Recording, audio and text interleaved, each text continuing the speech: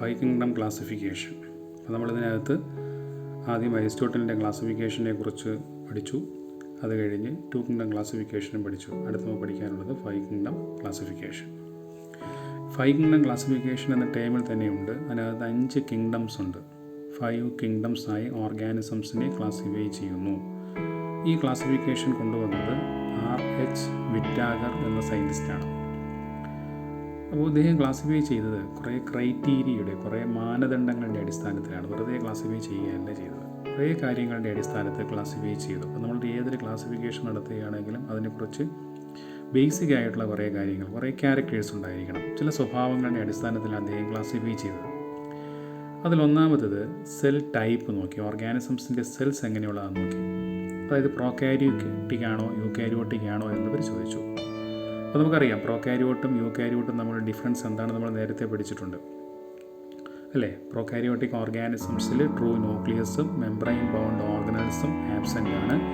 എന്നാൽ യൂകാരിയോട്ടിക് ഓർഗാനിസംസിലാണെങ്കിൽ അതിന് ഓപ്പോസിറ്റ്, ട്രൂ ന്യൂക്ലിയസും മെംബ്രെയിൻ ബൗണ്ട് ഓർഗനൽസും പ്രസൻ്റ് ആണ്.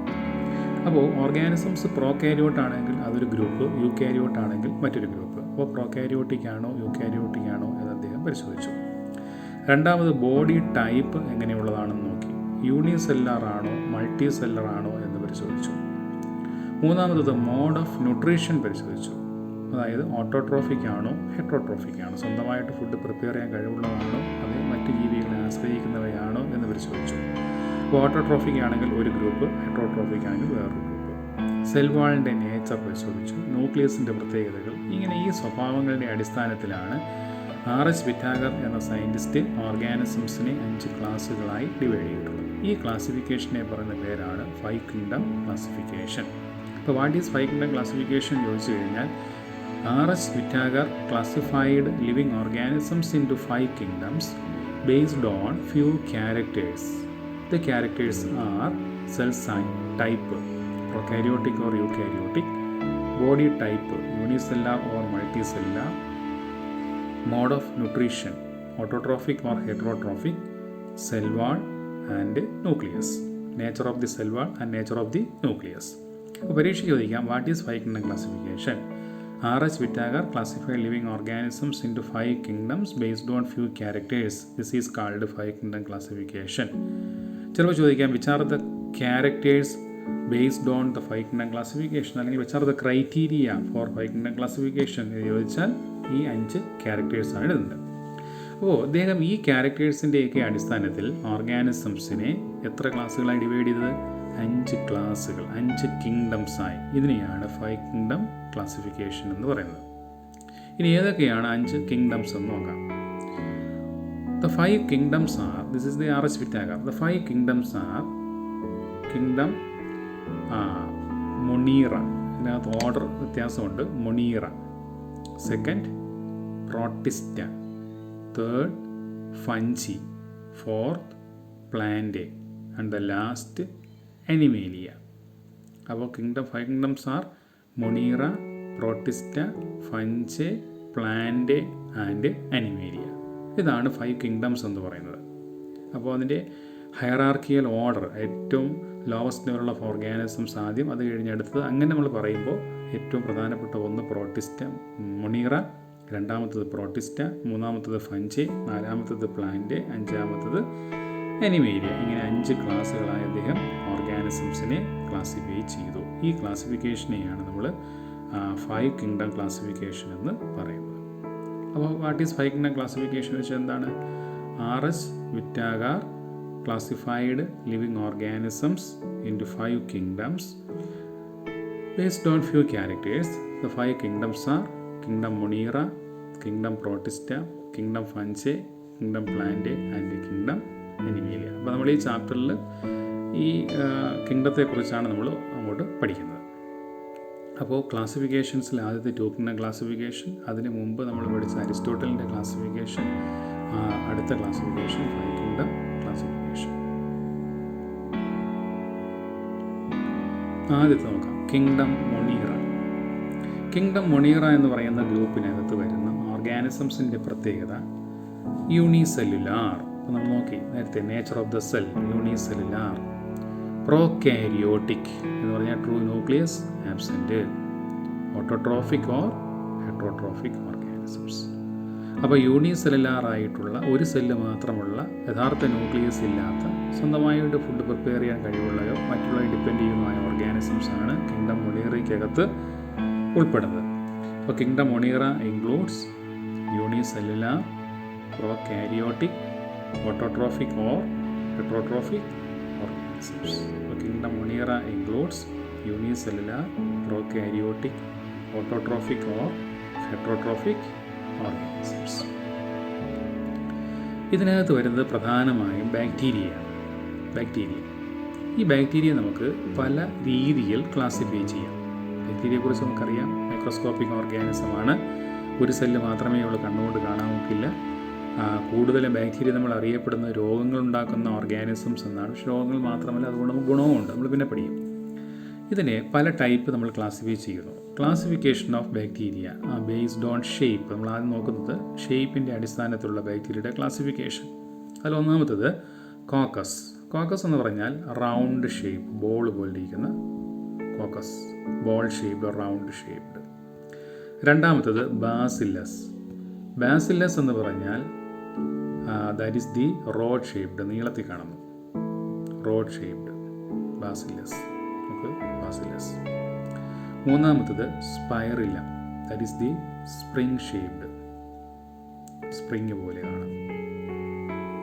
And the last is the vibrio, that is the comma shaped. Comma നമുക്കറിയാം, കോമ ഷേപ്പ്, കോമ സ്റ്റേജ് നമുക്ക് എടുത്തു ചുരുട്ടുകൂടി കിടക്കുന്നത് പോലെ, നമ്മൾ കോമ ഇടുന്നത് പോലെ, കോമ ഷേപ്ഡ് ബാക്ടീരിയ. അപ്പോൾ based on the shape the bacteria are classified into 4 groups. First coccus, that is the round shaped. Second bacillus, that is the rod shaped. Third spirillum, this is spring shaped. And the last vibrion, it is comma shaped. അപ്പോൾ classification of bacteria based on the shape: coccus, bacillus, spirillum and vibrio. Okay, then അടുത്തൊരു ബാക്ടീരിയയുടെ ഗ്രൂപ്പാണ് archaebacteria എന്ന് പറയും. Archaebacteria എന്ന് pronounce ചെയ്യാറുണ്ട്, archaebacteria. നമ്മൾ അധികം കേട്ടിട്ടില്ലാത്ത, നിങ്ങൾക്ക് അധികം അറിഞ്ഞുകൂടാത്തൊരു ഗ്രൂപ്പ് ഓഫ് ബാക്ടീരിയ ആയിരിക്കാം. ഈ ബാക്ടീരിയ സാധാരണ കണ്ടീഷൻസിൽ വളരാത്തവയാന്ന് പറഞ്ഞാൽ സാധാരണ കണ്ടീഷൻസിനും അപ്പുറത്ത് ജീവിക്കാൻ പറ്റുന്നവയാണ്. പ്രതികൂലമായിട്ടുള്ള എല്ലാ സാഹചര്യങ്ങളിലും ജീവിക്കുന്ന ബാക്ടീരിയങ്ങളെയാണ് നമ്മൾ ആർച്ചി ബാക്ടീരിയ എന്ന് പറയുന്നത്. These bacteria can live in unfavorable conditions. പ്രതികൂല കണ്ടീഷൻസിൽ, പ്രതികൂല കാലാവസ്ഥയിൽ ജീവിക്കുന്ന ബാക്ടീരിയങ്ങളെ പറയുന്ന പേരാണ് ആർച്ചി ബാക്ടീരിയ. അത് ഏതൊക്കെയാണെന്ന് നോക്കാം. അത് പരീക്ഷയ്ക്ക് എപ്പോഴും വന്നുകൊണ്ടിരിക്കുന്ന കുറേ ക്വസ്റ്റ്യൻസ് ഇതിനകത്തുണ്ട്. ഇതിനെ നമ്മൾ ആർച്ചി ബാക്ടീരിയയെ അതിൻ്റെ ഷേപ്പ്, ഹാബിറ്റാറ്റിൻ്റെ അടിസ്ഥാനത്തിൽ നമ്മൾ ക്ലാസിഫൈ ചെയ്യും. ഹാബിറ്റാറ്റ്, ഒരു ജീവി വസിക്കുന്ന സ്ഥലത്തെയാണ് നമ്മളതിൻ്റെ ഹാബിറ്റാറ്റ് എന്ന് പറയുന്നത്. അപ്പോൾ ഇതിനകത്ത് ഓവർലാപ്പിംഗ് വന്നിട്ടുണ്ട്, പറയാം. ഒന്ന് ഹാലോഫൈൽസ്. ഹാലോഫൈൽസ് എന്ന് പറഞ്ഞാൽ ലീവ് ഇൻ സാൾട്ടി ഏരിയ, ഉപ്പ് ഉള്ള പ്രദേശങ്ങളിൽ, ജലാശയങ്ങൾ, ഉപ്പ് കൂടുതലുള്ള പ്രദേശങ്ങൾ വളരുന്ന ഉപ്പ് പാറ അല്ലെങ്കിൽ സാൾട്ട് ഡെസർട്ട്, ഉപ്പ് അടിഞ്ഞുകൂടി കിടക്കുന്ന പ്രദേശങ്ങൾ കാണുന്ന ബാക്ടീരിയമാണ് ഹാലോഫൈൽസ്. നമുക്കധികം പരിചയമില്ലാത്തതാണ് ഉപ്പിൻ്റെ ഈ ഒരു അംശം എന്ന് പറയുന്നത്. ഉപ്പെന്ന് പറയുമ്പോൾ നമ്മുടെ സാധാരണ ഉപ്പല്ല, ഉപ്പും മണ്ണും പ്രത്യേക തരത്തിലുള്ള മൂലകങ്ങളും, സൾഫർ പോലുള്ള മൂലകങ്ങളും എല്ലാം കൂടെ കൂടിച്ചേർന്ന് ഒരു പ്രത്യേക തരത്തിൽ ചെളി പോലെ കാണുന്ന, ലോകത്തിൻ്റെ പല ഭാഗങ്ങളും കാണാൻ പറ്റും. ആഫ്രിക്കൻ കൺട്രീസിലൊക്കെ നമുക്ക് കണക്കുള്ള ഉപ്പ് പാറകൾ ഇങ്ങനെ, അല്ലെങ്കിൽ ഉപ്പ് കൊണ്ടുള്ള ഇങ്ങനെയുള്ള വസ്തുക്കൾ കൂടിച്ചേർന്ന് വലിയ പർവ്വതങ്ങൾ പോലെയൊക്കെ പല പ്രദേശങ്ങളിലുണ്ടായിട്ടുണ്ട്. അപ്പോൾ അങ്ങനെയുള്ള ഉപ്പിൽ വളരുന്ന ബാക്ടീരിയമാണ് halophiles. They live in salty area. രണ്ടാമത്തത് thermoacidophiles. Thermo means temperature, acido means acid എന്ന് പറഞ്ഞാൽ ഹൈ ടെമ്പറേച്ചറിലും ആസിഡും ജീവിക്കുന്നു. They live in hot springs. അതായത് ഹോട്ട് സ്പ്രിങ് ആണ്. ഹോട്ട് സ്പ്രിംഗ് എന്ന് പറഞ്ഞാൽ ഭൂമിയുടെ ഉള്ളിൽ നിന്ന് തിളച്ച മറിഞ്ഞ വെള്ളം വെളിയിലേക്ക് വരുന്ന പ്രദേശമാണ്. അപ്പോൾ അങ്ങനെയുള്ള ഹോട്ട് സ്പ്രിങ്സിൽ ഹൈ ടെമ്പറേച്ചർ, തിളച്ച് മറിഞ്ഞു കിടക്കുന്ന വെള്ളത്തിൽ ജീവിക്കുന്ന ബാക്ടീരിയ. ആസിഡിൻ്റെ അംശം ഉണ്ടെങ്കിൽ അതിലും ജീവിക്കാൻ പറ്റും, അസിഡിക് ആയിട്ടുള്ള condition. They are called thermoacidophiles. They live in hot springs. അടുത്ത മൂന്നാമത്തെ, ഇതിനകത്തത് ക്ലിയർ അല്ല, മെഥനോജൻസ്. മെഥനോജൻസ് എന്ന് പറഞ്ഞാൽ they live in marshy area. Marshy ഏരിയയിൽ ജീവിക്കുന്ന ബാക്ടീരിയകളാണ് നമ്മൾ മെഥനോജൻസ് എന്ന് പറയുന്നത്. നോട്ടിൽ ഞാൻ ക്ലിയർ ആക്കി തരാം, ഇപ്പോൾ തന്നെ ശ്രദ്ധിക്കുക. അപ്പോൾ ആർച്ചി ബാക്ടീരിയയെ അതിൻ്റെ ഹാബിറ്റാറ്റിൻ്റെ അടിസ്ഥാനത്തിൽ 3 ഗ്രൂപ്പുകളായി ഡിവൈഡ് ചെയ്യുന്നു. Halophiles they live in salty area, thermoacidophiles they live in hot springs, methanogens they live in marshy area. ചതുപ്പ് നിലങ്ങൾ വളരുന്ന ബാക്ടീരിയമാണ് methanogens. Methanogens methanogens they live in marshy area. അപ്പോൾ ആർച്ചി ബാക്ടീരിയ എന്താണ് അതിൻ്റെ ക്ലാസിഫിക്കേഷൻ? ആർച്ചി ബാക്ടീരിയ എന്ന് പറഞ്ഞാൽ these bacteria can live in unfavourable condition. പ്രതികൂല കാലാവസ്ഥയിൽ ജീവിക്കുന്ന ബാക്ടീരിയങ്ങളെയാണ് ആർച്ചി ബാക്ടീരിയ എന്ന് പറയുന്നത്. നമ്മളതിൻ്റെ ഹാബിറ്റാറ്റിൻ്റെ ജീവിക്കുന്ന കണ്ടീഷൻ്റെ അടിസ്ഥാനത്തിൽ നമ്മളവയെ 3 ഗ്രൂപ്പുകളായി ഡിവൈഡ് ചെയ്യുന്നു. Halophiles, thermoacidophiles and methanogens. ഈ മെഥനോജൻസ് എന്ന് പറയുന്ന ബാക്ടീരിയയ്ക്ക് ഒരു പ്രത്യേകത കൂടിയുണ്ട്. എന്താണെന്ന് നോക്കാം. Methanogens are the methane producing bacteria. Methane എന്ന് പറയുന്ന ഗ്യാസ് പ്രൊഡ്യൂസ് ചെയ്യാൻ കഴിയുന്ന ബാക്ടീരിയമാണ് methanogens. They live in the gut of ruminate animals. Ruminate animals എന്ന് പറയുമ്പോൾ നമുക്കറിയാം അയവിറക്കുന്ന മൃഗങ്ങൾ, പശു, കാള, പോത്ത്, ആട് കണക്കുള്ള ജീവികൾ. ഈ റൂമിനേറ്റ് അനിമൽസിൻ്റെ ഗട്ട് റീജിയൻ, ഗട്ട് എന്ന് പറഞ്ഞാൽ വയറിൻ്റെ ഭാഗമാണ്, അവയുടെ സ്റ്റൊമക്കിൻ്റെ ഇൻറ്റസ്റ്റൈൻ്റെ ഭാഗമാണ് ഗട്ട് എന്ന് പറയുന്നത്. അപ്പോൾ അവയുടെ ഗട്ട് റീജിയനിൽ കാണുന്ന ഒരു ബാക്ടീരിയമാണ് ഏത് ഈ പറയുന്ന, ഇതിൻ്റെ ഗട്ട് റീജിയനാണ് ഗട്ട് റീജിയനിൽ കാണുന്ന ബാക്ടീരിയ. അപ്പോൾ ഇതിൻ്റെ ഗട്ട് റീജിയനകത്ത് ഈ ബാക്ടീരിയ വളരുന്നു. ഈ കാണുന്ന ബ്ലൂ കളറിൽ കാണുന്നത് മെഥനോജൻസ് എന്ന് പറഞ്ഞ ബാക്ടീരിയമാണ്. അപ്പോൾ ഇത് ആഹാരം കഴിക്കുമ്പോൾ ഈ ആഹാരം ദഹിക്കുന്നതോടൊപ്പം ഈ ബാക്ടീരിയയും അവിടെ മൾട്ടിപ്ലൈ ചെയ്യുന്നു. ഇത് ചാണകത്തിൽ കൂടി കുറച്ച് ബാക്ടീരിയ വെളിയിൽ വരികയും ചെയ്യും. അപ്പോൾ ഈ ബാക്ടീരിയമാണ് മെഥനോജൻസ് എന്ന് പറയുന്നത്. അല്ലെങ്കിൽ they are otherwise known as methane producers. അപ്പോൾ methanogens are the methane producing bacteria live in the gut of ruminate animals, example cow. അപ്പോൾ നമ്മൾ ഈ കൗഡങ്, ചാണകം ഉപയോഗിച്ചാണ് ഇപ്പോൾ ബയോഗ്യാസ് ഉണ്ടാക്കുന്നത്. ബയോഗ്യാസ് ഉണ്ടാക്കുമ്പോൾ എന്താ ചെയ്യുന്നത്? നമ്മൾ ബേസായിട്ട് ചാണകം ഇട്ട് അതിൻ്റെ മുകളിലാണ് നമ്മൾ വേസ്റ്റൊക്കെ ഇട്ട് കൊടുക്കുന്നത്. അപ്പോൾ ഈ ബയോഗ്യാസ് ഉണ്ടാക്കാൻ കാരണം ഈ ചാണകത്തിലടങ്ങിയിട്ടുള്ള മെഥനോജൻസ് എന്ന് പറയുന്ന ബാക്ടീരിയമാണ്, അല്ലെങ്കിൽ മീഥെയിൻ പ്രൊഡ്യൂസിങ് ബാക്ടീരിയമാണ്. അപ്പോൾ ഈ ബാക്ടീരിയ ഉള്ളത് കൊണ്ടാണ് അവിടെ ബയോഗ്യാസ് ഉള്ളത്. ബയോഗ്യാസിലെ പ്രധാനപ്പെട്ട കണ്ടൻറ്റ് മീഥെയിനാണ്. മീഥെയിൻ എന്ന് പറയുന്നത് ഗ്യാസാണ്, കത്താൻ കഴിവുള്ളതാണ്. അപ്പോൾ which is the bacteria responsible for biogas production എന്ന് പറഞ്ഞാൽ ഏതാണ്? That is the methane producing bacteria or methanogens. അപ്പോൾ methanogens are the methane producing bacteria live in the gut of ruminate animals, example cow. They helps in the production of biogas. Okay. അപ്പോൾ ഇത്രയുമാണ് നമുക്ക് Archie ബാക്ടീരിയക്കകത്ത് പഠിക്കാനുള്ളത്. അപ്പോൾ Archie bacteria എന്നാൽ എന്താണ്, അതിൻ്റെ ഹാബിറ്റാറ്റിനെ base ചെയ്തുള്ള ക്ലാസിഫിക്കേഷൻ, അതിനകത്ത് മെഥനോജൻസ് എന്ന ബാക്ടീരിയയുടെ പ്രത്യേകത. ഞാൻ പരീക്ഷയ്ക്ക് വേണ്ടുന്ന, നമ്മുടെ പരീക്ഷയ്ക്ക് കൃത്യമായിട്ടും വരുന്ന നമുക്ക് വേണ്ടുന്ന കാര്യങ്ങൾ മാത്രമാണ് നമ്മളിതിനകത്ത് ഡിസ്കസ് ചെയ്ത് പോകുന്നത്. ടെസ്റ്റിനകത്തുള്ള എല്ലാ പോയിൻറ്റ്സിനകത്ത് ഉൾക്കൊള്ളിച്ചിട്ടുമുണ്ട്. അപ്പോൾ നിങ്ങൾ ടെസ്റ്റ് കൂടെ ഒന്ന് വായിക്കണം. അടുത്തത് യു ബാക്ടീരിയ. അപ്പോൾ നമ്മൾ ബാക്ടീരിയ ആദ്യം അതിൻ്റെ ഷേപ്പിൻ്റെ അടിസ്ഥാനത്തിൽ ക്ലാസിഫൈ ചെയ്തു. അടുത്ത നമ്മളൊരു ഗ്രൂപ്പ് നോക്കിയത് ആർച്ചി ബാക്ടീരിയമാണ്. അടുത്ത ഗ്രൂപ്പാണ് യു ബാക്ടീരിയ. നമ്മൾ സാധാരണ ബാക്ടീരിയ എന്ന് പറയുന്ന പേരാണ് യു bacteria, normal bacteria, true bacteria. അപ്പോൾ നമ്മൾ കണ്ട ആർച്ചി ബാക്ടീരിയ ട്രൂ ബാക്ടീരിയ അല്ല, കാരണം അത് നോർമൽ കണ്ടീഷനിൽ വളരുന്നതല്ല, പ്രത്യേക കാലാവസ്ഥയിൽ പ്രത്യേക സ്വഭാവങ്ങളുള്ള ഒരു ബാക്ടീരിയമാണ് ആർച്ചി ബാക്ടീരിയ. എന്നാൽ യു ബാക്ടീരിയ അതല്ല, സാധാരണ ബാക്ടീരിയ, ട്രൂ ബാക്ടീരിയ. ഇത് 2 ടൈപ്പ് ഉണ്ട്.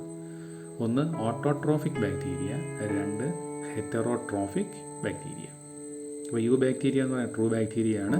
അത് 2 തരത്തിലുണ്ട്, autotrophic bacteria and heterotrophic bacteria. Autotrophic എന്ന് പറയുമ്പോൾ നമുക്കറിയാം, ആ ടൈമിൽ തന്നെയുണ്ട് ഓട്ടോട്രോഫിക് ഓർഗാനിസം, സ്വന്തമായി ഫുഡ് പ്രിപ്പയർ ചെയ്യാൻ കഴിവുള്ളത്. മറ്റുള്ളവയെ ഡിപ്പെൻഡ് ചെയ്യുന്നവയാണ് നമ്മൾ ഹെറ്ററോട്രോഫിക് ബാക്ടീരിയ എന്ന് പറയുന്നത്. ഓക്കെ, ഇതിലെ ഓട്ടോട്രോഫിക് ബാക്ടീരിയ സ്വന്തമായി ഫുഡ് പ്രിപ്പയർ ചെയ്യാൻ കഴിവുള്ള ഓർഗാനിസം, അങ്ങനെയുള്ള ബാക്ടീരിയ അത് 2 ടൈപ്പ് ഉണ്ട്. അപ്പോൾ നമ്മൾ യു ബാക്ടീരിയ അത് ഓട്ടോട്രോഫിക് എന്നും ഹെറ്ററോട്രോഫിക് എന്നും ഡിവൈഡ് ചെയ്തു. ഓട്ടോട്രോഫിക്കിനെ വീണ്ടും നമ്മൾ 2 ടൈപ്പായി ഡിവൈഡ് ചെയ്യുന്നു. അതിലൊന്ന് photosynthetic bacteria, 2 chemosynthetic bacteria. Photosynthetic and chemosynthetic എന്താണെന്ന് നോക്കാം നമുക്ക്. ഫോട്ടോസിന്തറ്റിക് ബാക്ടീരിയ നമ്മൾ പറയുന്ന മറ്റൊരു പേര് സയാനോ ബാക്ടീരിയ അല്ലെങ്കിൽ ബ്ലൂ ഗ്രീൻ ആൽഗേ എന്നാണ്. നീലഹരിത പായലുകൾ എന്ന് പറയും. പണ്ട് ഇത് ആൽഗേ എന്ന് പറയുന്ന ഗ്രൂപ്പിലാണ് ഞാൻ ഉൾപ്പെടുത്തിയിരുന്നത്. പക്ഷേ അത് ബാക്ടീരിയമാണ്. ബാക്ടീരിയയുടെ എല്ലാ സ്വഭാവങ്ങളുള്ളവയാണ്. പച്ചനിറം ഉണ്ടെന്ന് മാത്രമേ ഉള്ളൂ. സ്വന്തമായി ഫുഡ് പ്രിപ്പയർ ചെയ്യാൻ കഴിയുമെന്ന് മാത്രമേ അവയ്ക്കുള്ളൂ. അപ്പോൾ autotrophic photosynthetic bacteria R known as cyano bacteria or blue green algae. Example എന്ന് പറയുന്നത് ഇപ്പോൾ നോസ്റ്റോക്ക് ഒരു ബ്ലൂ ഗ്രീൻ ആൽഗയുടെ പ്രത്യേക മഴക്കാലത്തൊക്കെ നമ്മുടെ വീടിൻ്റെയൊക്കെ പരിസരങ്ങളിലൊക്കെ മ്യൂസിലേജിനസ് പോലെ വഴുവഴുപ്പ് ഗമ്പ് പശ കിടക്കുന്നതിനൊക്കെ തറയിലൊക്കെ വെള്ളം വീഴുന്ന സ്ഥലത്തൊക്കെ ഇങ്ങനെ സിമെൻറ്റ് തറയിലൊക്കെ ഉണ്ടാകും. നമ്മൾ ചവിട്ടുമ്പോൾ തെന്നി വീഴുന്ന സ്ഥലമാണ്. അപ്പോൾ അങ്ങനത്തെ സ്ഥലത്ത് കാണുന്ന ആ തെന്നാൻ കാരണം ഈ നോസ്റ്റോക്ക് എന്ന് പറയുന്ന ബാക്ടീരിയയുടെ കോളനിയാണ്. അപ്പോൾ നമുക്ക് എന്താണെന്ന് നിങ്ങൾ കണ്ടു കാണും പലപ്പോഴും. ഇതുപോലെയൊക്കെ കുറച്ചായിട്ട് മണ്ണിലും തറയിലൊക്കെ കിടക്കുന്നതാണ് ഇത് മ്യൂസിലേജിനസ്. ഇതാണ് അതിൻ്റെ കോളനി എന്ന് പറയുന്നത്. ഈ കാണുന്നതാണ് ഇതിൻ്റെ കോളനി. അപ്പോൾ നമ്മളിങ്ങനെ നമുക്ക് കാണാൻ പറ്റും. ഇത് നമ്മൾ മൈക്രോസ്കോപ്പിൽ കൂടി കാണുമ്പോഴാണ് ഇത് പഠിക്കാൻ പോകുന്നത്. നോസ്റ്റോക്ക് എന്ന് പറയുന്നത് യൂണിസെല്ലുലാർ ഓർഗാനിസംസ് ആണ്. പക്ഷേ അതെന്താണ്, ഈ സെല്ലുകൾ ഒന്ന് തൊട്ടൊന്നായിട്ട് ചേർന്നിരിക്കുകയാണ്. ഒരു മാല പോലെ ഇരിക്കുകയാണ്. ഒറ്റ സെല്ലേ ഉള്ളൂ ഇതിന്. പക്ഷേ ആ അടുത്ത സെല്ലുമായിട്ട് ചേർന്നിരിക്കുന്നു, അതും അടുത്ത സെല്ലുമായി ചേർന്നിരിക്കുന്നു. ഇതെല്ലാം കൂടി ഇങ്ങനെ ചേർന്ന് നീളത്തിൽ കാണുന്നു. ഇതിനെ പറയുന്നത് ഫിലമെൻറ്റസ് എന്ന്. നമുക്ക് യൂണിസെല്ലാർ ആണെങ്കിലും അതിങ്ങനെ നീളത്തിൽ മാല പോലെയാണ് കാണുന്നത്, ഫിലമെൻറ്റസ്. ഇതെല്ലാം കൂടെ ഒരുമിച്ചേ കാണും. ഓരോന്ന് പ്രത്യേകം ഒന്നും കാണുന്നില്ല, ഗ്രൂപ്പായിട്ട്. Colonial blue green algae. ഇനി അതിൻ്റെ മറ്റൊരു പ്രത്യേകത, അപ്പോൾ യൂണിസെല്ലാറാണ്, കൊളോണിയലാണ്, ഫിലമെൻറ്റസ് ആണ്. ഇതിന് നൈട്രജനെ ഫിക്സ് ചെയ്യാനുള്ള കഴിവുണ്ട്. നമ്മുടെ അന്തരീക്ഷത്തിലുള്ള നൈട്രജനെ അബ്സോർബ് ചെയ്ത് മണ്ണിലേക്ക് കൊടുക്കാനുള്ള കഴിവ് ഈ ബാക്ടീരിയയ്ക്കുണ്ട്. നൈട്രജൻ ഫിക്സിങ് സയാനോ ബാക്ടീരിയമാണ് നോസ്റ്റോക്ക്. അപ്പോൾ ഇത് നോക്ക്, ഇതിനകത്ത് ഇടയ്ക്കിടയ്ക്ക് ചില സെൽസ് കണ്ടല്ലോ. ഈ കാണുന്ന സെൽസ് ട്രാൻസ്പെറൻ്റ് ആയിട്ട് കാണുന്നത്. ഇവിടെ ഒരു സെല്ല് ട്രാൻസ്പെറൻ്റ് ആയിട്ട് കാണുന്നു. ഈ സെല്ലുകളെ പറയുന്ന പേരാണ് ഹെറ്ററോസിസ്റ്റ്. ഇതാണ് നൈട്രജനെ ഫിക്സ് ചെയ്യാൻ ഇതിനെ സഹായിക്കുന്ന പ്രത്യേക സെൽസ്. പരീക്ഷയ്ക്ക് ഒരുപാട് പ്രാവശ്യം ചോദിച്ചിട്ടുള്ളതാണ്. The nitrogen fixing cell of Nostoc is called heterocyst. ബാക്കിയുള്ള സെല്ലിനൊന്നും അതിനുള്ള കഴിവില്ല. ഈ ഹെറ്ററോസിസ്റ്റ് എന്ന് പറയുന്ന സെല്ലിന് മാത്രമേ ഈ നൈട്രജനെ ഫിക്സ് ചെയ്യാനുള്ള കഴിവുള്ളൂ. അപ്പോൾ എന്താണ് നോസ്റ്റോക്ക്?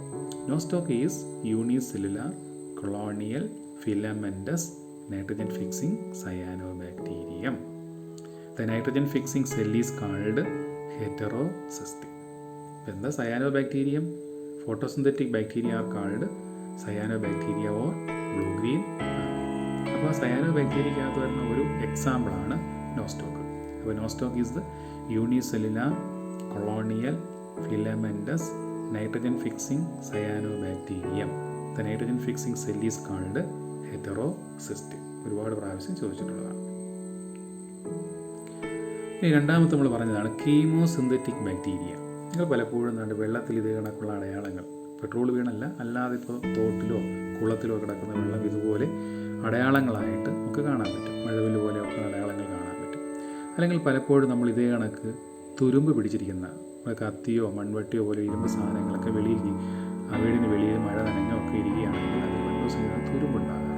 അല്ലെങ്കിൽ നമ്മുടെ ബാത്റൂമിലേക്ക് സ്ഥിരമായിട്ട് ഇത് കണക്ക് വാട്ടർ ലീക്കുള്ള ഭാഗത്ത് ഇത് ടാപ്പിൽ നിന്നൊക്കെ താഴേക്ക് ഇത് കണക്കുള്ള വെള്ളം ഒഴുകി അവിടെ ഒരു തുരുമ്പിൻ്റെ അടയാളം ഉണ്ടാകും. ഇതിന് കാരണമായിട്ടുള്ള ബാക്ടീരിയമാണ് കീമോസിന്തറ്റിക് ബാക്ടീരിയ. അപ്പോൾ ഇത് എനർജി പ്രൊഡ്യൂസ് ചെയ്യുന്നത് കീമോസിന്തസിസ് എന്ന് പറയുന്ന പ്രോസസ്സ് വഴിയാണ്. കെമിക്കൽസ് ബ്രേക്ക് ഡൗൺ ചെയ്തു. ഇവിടെ കാണിച്ചിരിക്കുന്ന ഇരുമ്പ് ബ്രേക്ക് ഡൗൺ ചെയ്യുന്ന ബാക്ടീരിയ, അയൺ ബാക്ടീരിയ എന്നാണ് പറയുന്നത്. വേറെയൊക്കെ ഉണ്ട് ഒരുപാട്. അപ്പോൾ chemosynthetic bacteria produce by energy by the oxidation of കെമിക്കൽസിൻ്റെ ഓക്സിഡേഷൻ്റെ ഫലമായിട്ടാണ് അത് എനർജി പ്രൊഡ്യൂസ് ചെയ്യുന്നത്. Example iron bacteria. ഇതൊക്കെ അയൺ ബാക്ടീരിയമാണ്. ഇരുമ്പിനെ ഓക്സിഡൈസ് ചെയ്ത് എനർജി പ്രൊഡ്യൂസ് ചെയ്യുന്നത്. അപ്പോഴാണ് തുരുമ്പുണ്ടാകുന്നത്. Then sulphur bacteria, then nitrogen bacteria, hydrogen bacteria, ഇതൊക്കെ കീമോസിന്തറ്റിക് ബാക്ടീരിയമാണ്. അപ്പോൾ ഓട്ടോട്രോഫിക് ബാക്ടീരിയകളെ നമ്മൾ 2 ഗ്രൂപ്പുകളായി ഡിവൈഡ് ചെയ്തു. ഒന്ന് photosynthetic bacteria, 2 chemosynthetic bacteria. Photosynthetic ബാക്ടീരിയകളെ നമ്മൾ പറയുന്ന പേരാണ് cyanobacteria or blue green algae. Chemosynthetic bacteria produce energy by the oxidation of chemicals. Photosynthetic bacteria എങ്ങനെയാണ് എനർജി പ്രൊഡ്യൂസ് ചെയ്യുന്നത്? By photosynthesis. Chemosynthetic bacteria energy produce ചെയ്യുന്നത് by the oxidation of chemicals. Okay. Photosynthetic ബാക്ടീരിയക്ക് example Nostoc. Chemosynthetic bacteria example iron bacteria, sulphur bacteria, nitrogen bacteria etcetera. Okay. അടുത്തത് heterotrophic bacteria. These bacteria depends on others for food. ഫുഡിന് വേണ്ടി മറ്റുള്ളവയെ depend ചെയ്യുന്നു. ഇപ്പോൾ ഒരു apple തറയെ കിടന്ന് കുറേ കഴിയുമ്പോൾ അതിങ്ങനെ അഴുകി അവസാനം ഇല്ലാതാകുന്നു. ഇത് അഴുകാൻ കാരണം ഇതിനകത്ത് ചില ബാക്ടീരിയകൾ വളരുന്നതാണ്. അത് ഇതിനെ ഡീകമ്പോസ് ചെയ്ത് ഇതിനകത്തുള്ള ഫുഡ് ഉപയോഗിച്ച് ജീവിക്കുന്നു. സ്വന്തമായിട്ട് ഫുഡ് ഉണ്ടാക്കാനുള്ള കഴിവ് അവയ്ക്ക് ഇല്ല. അപ്പോൾ they depends on others for food. ഇതെല്ലാം മിക്കവാറും ഒക്കെ ഹെട്രോട്രോഫിക് ബാക്ടീരിയ ഡീകമ്പോസേഴ്സ്. ഇവിടെ നോക്കിയാൽ ഡീകമ്പോസിങ് എന്ന് പറയുന്ന പ്രോസസ്സാണ് നടത്തുന്നത്.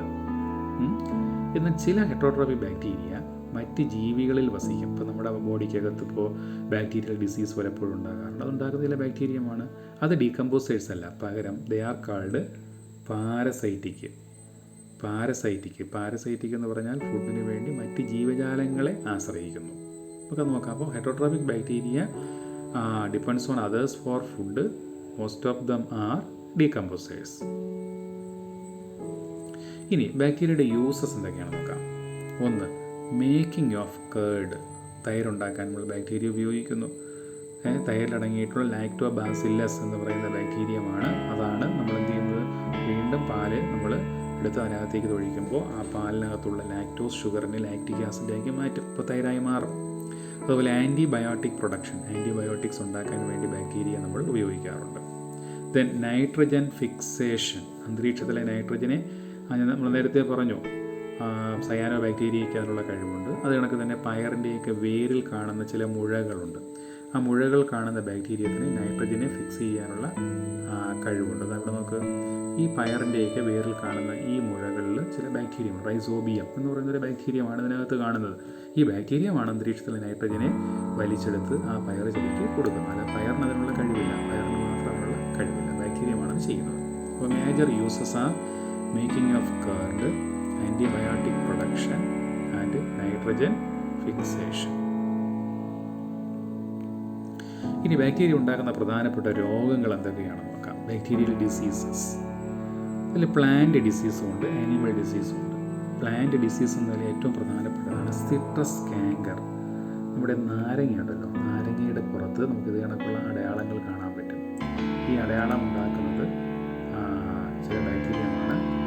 അതിന് നമ്മൾ പറയുന്ന പേരാണ് സിട്രസ് കാങ്കർ എന്ന് പറയും. സിട്രസ് കാങ്കർ.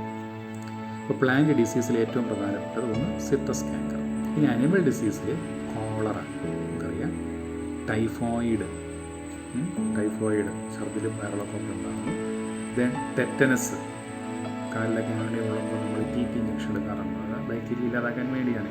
കാരണം എന്താണ്, ആണി എന്ന് പറയുന്നത് തുരുമ്പെടുത്തിരിക്കുന്നതാണ്. ആ തുരുമ്പ് ഉണ്ടാക്കുന്ന ഒരു ബാക്ടീരിയമാണ്. നമ്മുടെ കാലിനകത്ത് കയറുമ്പോൾ ബാക്ടീരിയ വേറെ ഡിസീസ് ഉണ്ടാക്കാം. അതിനാണ് നമ്മൾ ടെറ്റനസ് എന്ന് പറയുന്നത്. അപ്പോൾ bacterial disease, plant disease citrus Kanker, animal disease cholera, typhoid and tetanus. അപ്പോൾ കിങ്ഡം മൊണിയറയ്ക്കകത്ത് വരുന്ന പ്രധാനപ്പെട്ട ഓർഗാനിസം എന്ന് പറയുന്നത് നമ്മൾ പറഞ്ഞെന്താണ്, ബാക്ടീരിയയാണ്. ഇനി ഇതിനകത്ത് ബാക്ടീരിയയുടെ റീപ്രൊഡക്ഷൻ. ഒന്ന് ഫിഷൻ. ഫിഷൻ എന്ന് പറഞ്ഞാൽ ഒരു ബാക്ടീരിയ രണ്ടായി മാറുന്നതിനെയാണ് ഫിഷൻ എന്ന് പറയുന്നത്. ഇവിടെ നമുക്ക് ഒരു ബാക്ടീരിയ രണ്ടായിട്ട് മാറി ഇങ്ങനെ മാറുന്ന ഒരു process, that is called fission. Single bacterium is there. ഈ ബാക്ടീരിയയുടെ ന്യൂക്ലിയസ് ഇങ്ങനെ കാണുന്നതാണ്. അത് രണ്ടായി മാറി അവസാനം ആ ന്യൂക്ലിയസിൻ്റെ മധ്യത്ത് വെച്ച് സെല്ല് ഡിവൈഡ് ചെയ്ത് അവസാനം രണ്ട് ബാക്ടീരിയമായിട്ട് മാറി. ഇതിനെ പറയുന്നത് ഒരു ഫിഷൻ എന്നാണ് പറയുന്നത്. രണ്ടാമത്തേത് സ്പോർ ഫോർമേഷൻ. ഇത് കണക്കാണ്. ബാക്ടീരിയ ചിലപ്പോൾ ഇതുപോലെയുള്ള ചില പ്രതികൂല കാലാവസ്ഥ വരുമ്പോൾ ബാക്ടീരിയ അതിന് ചുറ്റും ഒരു കട്ടിയുള്ള ആവരണം ഉണ്ടാക്കും. ഉദാഹരണമായിട്ട് നല്ല വരണ്ട കാലാവസ്ഥ വരികയാണ്, മഴയൊന്നുമില്ല, ഭയങ്കര കൊടും വരൾച്ചയാണ്. വെള്ളത്തിൽ കാണുന്ന മണ്ണിൽ കാണുന്ന ബാക്ടീരിയകൾ എന്ത് ചെയ്യും, എല്ലാം നശിച്ചു പോവുകയൊന്നുമില്ല. അത് ബോഡിക്ക് ചുറ്റും കട്ടിയുള്ളൊരു ആവരണം ഉണ്ടാക്കി അത് മണ്ണിൽ കിടക്കും. ഈ സാധനത്തിനെ പറയുന്നവരാണ് സ്പോർ. വീണ്ടും മഴ പെയ്യുമ്പോൾ ഈ വെളിയിലുള്ള ഈ വാളങ്ങ് ബ്രേക്ക് ചെയ്ത് ഇത് പുതിയൊരു ഓർഗാനിസമായിട്ട് മാറും. അടുത്ത മൂന്നാമത്തത് സെക്ഷുവൽ റീപ്രൊഡക്ഷൻ. സെക്ഷുവൽ റീപ്രൊഡക്ഷൻ എന്ന് പറയുന്നത് രണ്ട് ബാക്ടീരിയ സെല്ലുകൾ തമ്മിൽ നടക്കുന്ന അവയുടെ DNA ട്രാൻസ്ഫർ ചെയ്യുന്ന പ്രോസസ്സാണ്. ഒരു സെല്ലിൽ നിന്ന് മറ്റൊരു സെല്ലിലേക്ക് DNA ട്രാൻസ്ഫർ ചെയ്യുന്ന പ്രോസസ്സാണ് സെക്ഷുവൽ റീപ്രൊഡക്ഷൻ. ഇത്രയും പഠിച്ചാൽ മതി. ബാക്ടീരിയയിലെ പ്രധാനപ്പെട്ട reproductive methods: 1 fission, 2 spore formation and 3 sexual reproduction. അപ്പോൾ നമ്മൾ പറഞ്ഞ കിങ്ഡം മൊണീറയ്ക്കകത്ത് നമ്മൾ പറഞ്ഞത് എന്താണ്? ബാക്ടീരിയ എന്ന് പറയുന്ന ഓർഗാനിസമാണ് പ്രധാനമായിട്ടുള്ളത്. ഇതല്ലാതെ കിങ്ഡം മൊണീറയ്ക്കകത്ത് വരുന്ന മറ്റൊരു ഗ്രൂപ്പ് ഓഫ് ഓർഗാനിസംസ് ആണ് മൈക്കോപ്ലാസ്മ എന്ന് പറയുന്നത്. അപ്പോൾ കിങ്ഡം മൊണീറയ്ക്കകത്ത് വരുന്ന ഓർഗാനിസംസ് ബാക്ടീരിയ ആൻഡ് മൈക്കോപ്ലാസ്മ.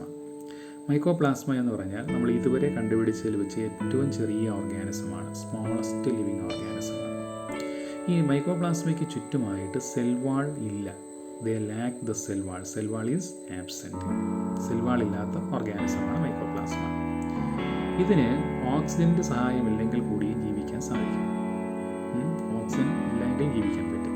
ഇത് പ്ലാന്റ്സിലും ആനിമൽസിലും രോഗമുണ്ടാക്കുന്ന ഒരു ഗ്രൂപ്പ് ഓഫ് ഓർഗാനിസമാണ്. ഈ മൈക്രോപ്ലാസ്മയെ പണ്ട് പറഞ്ഞിരുന്ന പേര് PPLO എന്നാണ്, പ്ലൂറോ ന്യൂമോണിയ ലൈക്ക് ഓർഗാനിസം. ഇത് മൈക്രോപ്ലാസ്മയുടെ കോളനിയാണ്. മൈക്രോപ്ലാസ്മയാണ്. ഈ മൈക്രോപ്ലാസ്മയ്ക്ക് ബോഡിയിൽ വലിയതായിട്ട് സെൽവാളൊന്നും കാണുന്നില്ല. ഇത് ഓക്സിജൻ ഇല്ലെങ്കിൽ ജീവിക്കാൻ പറ്റും. മൈക്രോപ്ലാസ്മ എന്താണ്? പ്ലാന്റ്സിലും ആനിമൽസിലും പാത്തോജനിക്കാണ്. പാത്തോജനിക് എന്ന് പറഞ്ഞാൽ രോഗം ഉണ്ടാക്കുന്നവയാണ്. Mycoplasma is the smallest living organism. They lack cell wall. They can live in the absence of oxygen. They are pathogenic to plants and animals. പരീക്ഷയ്ക്ക് ചോദിക്കാവുന്നതാണ്. കിങ്ഡം മൊണീറയ്ക്കകത്ത് എന്തൊക്കെയാണ് വരുന്നത്? Mycoplasma and bacteria. അപ്പോൾ നമ്മളിന്ന് പഠിച്ച കാര്യങ്ങളെല്ലാം നമ്മൾ നോക്കാം.